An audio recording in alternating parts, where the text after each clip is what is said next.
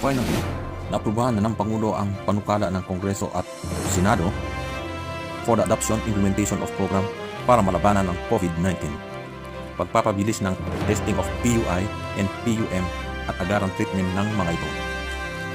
Emergency procurement of PPE para sa lahat ng health workers at frontliners laban sa COVID-19. At pangapat, pagpapatayo ng medical facilities at operation ng quarantine centers para sa apektadong pasyente.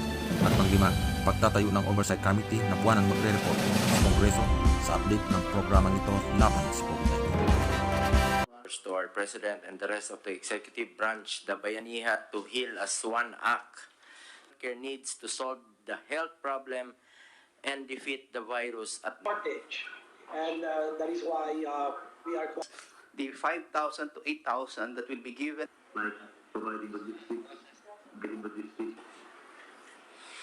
Ito, 275 billion po na ina-identify na ng economic team, ng DBM at sa Department of Finance, ni Secretary Abisado at Secretary Dominguez. No? At anong gagawin po sa pera na yan? 18 million Filipinos po ay makakatanggap between 5 to 8,000 pesos depende kung saan magkano ang minimum wage sa inyong region. No? Marami pong dinagdag ang Senado at Kongreso and para po matapos at mabilis, maganda naman po yung version ng Senado. So what we did, we started calling some friends na senador, giving our own inputs from the different congressmen para nga matapos po ito. So halimbawa po, no? Ngayon po pati loans, no? So yung mga bangko po ay magbibigay ng grace period. Also through this po, pwede mag-import ang gobyerno ng medical equipment, mga mask, PPEs na duty-free. Sa batas din po na ito, pinaparusahan kapag ka hindi sumunod sa mga utos ng ating task force at Pangulo. Bakit importante ito? Kasi kung 100 milyon po tayo sumunod, pero yung 1,000 hindi, at kumalat pa rin, sayang po lahat ng ating gagawin. Pero di ba madalas ko sabihin, PSST, pray. It has been a week since we called for a community quarantine and in its enhanced form in Metro Manila and various parts of the zone. We in government continue to respond to the public needs, mobilize resources, and oversee developments. We are also addressing the COVID-19 pandemic challenges confronting our nation.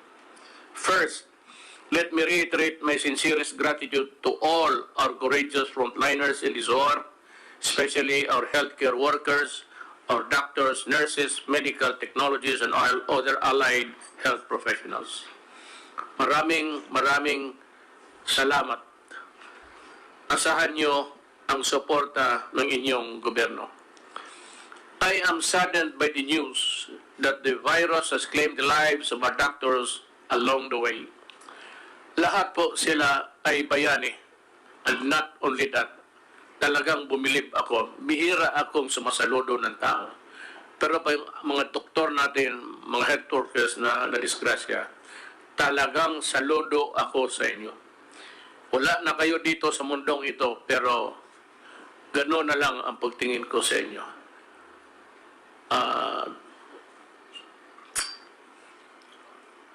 To the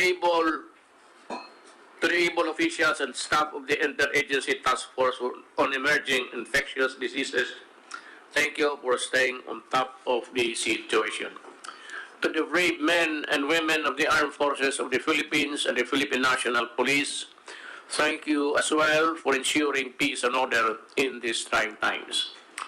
I also thank the rest of the frontliners to ensure that the basic services are provided to our people, from those manning various government agencies, groceries, banks, food, establishments, and delivery services, among others. Maraming salamat po.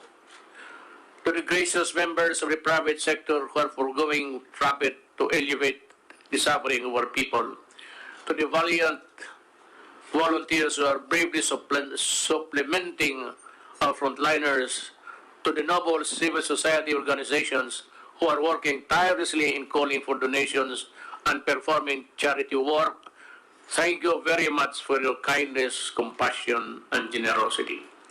I especially thank Congress for granting the Executive Department with special powers through the Bayanihan to head as one act, to the Bayanihan to heal, rather, I'm sorry, to heal as one act, to effectively respond to the challenges caused by the COVID-19 global pandemic. I particularly thank Senate President Vicente Soto III and the House Speaker Alan Peter Cayetano for the strong and decisive leadership you have demonstrated in shepherding this measure to fruition during this critical time in our national history. To the members of both houses of Congress who sponsored and voted for this measure, I express my sincerest gratitude to all of you for granting our most urgent requests. Finally, the Executive Department can move, decide, and act freely for the best interest of the Filipino people during this health crisis. The Department of National Defense and the Department of Interior and Local Government, along with the Armed Forces of the Philippines and the Philippine National Police, are now ramping up the implementation of the National Action Plan, or NAP, as we speak to reinforce the efforts of the Department of Health in containing COVID-19. Alam mo, tatlo lang yun sila. Department of National Defense, Department of Health, Department of yung kay Rolly, DSWD, and the DILG. One of the most important departments that are now in action.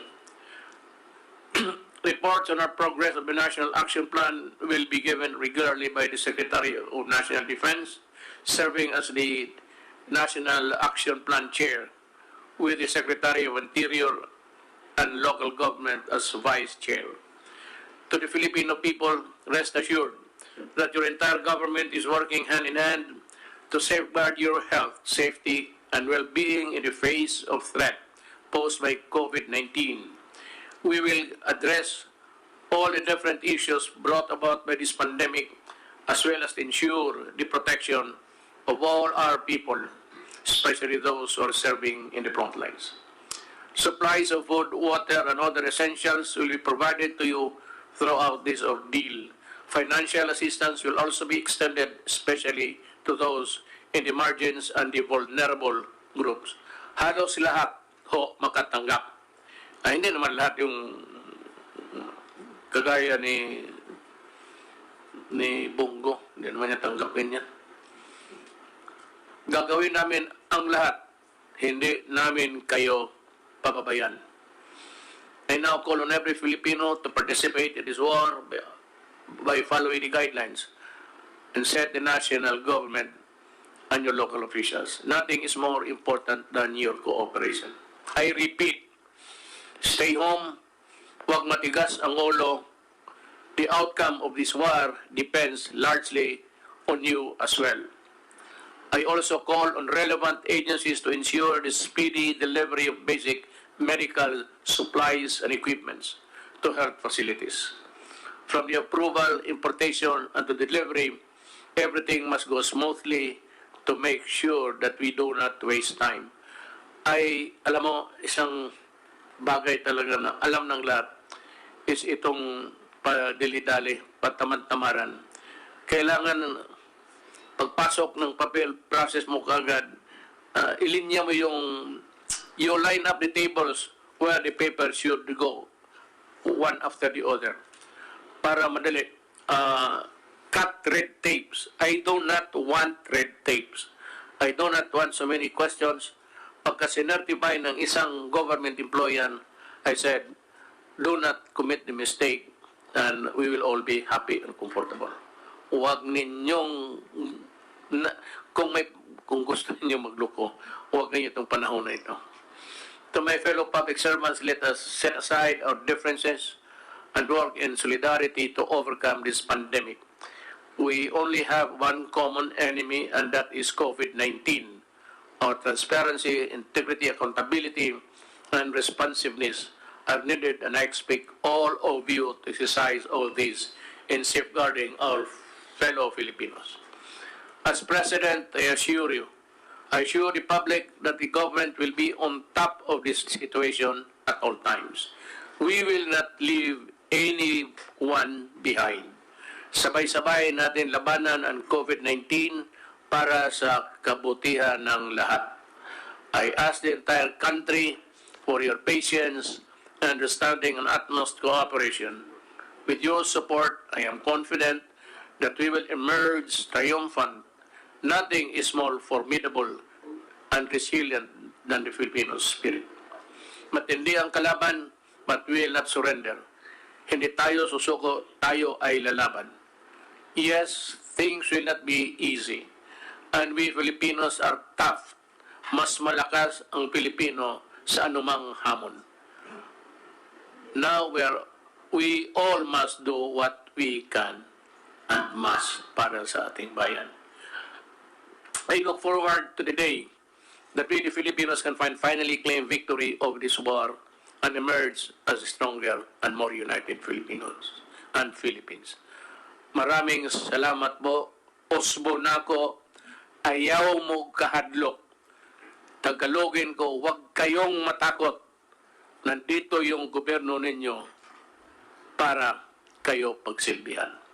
At totoong pagsilbihan. Salamat.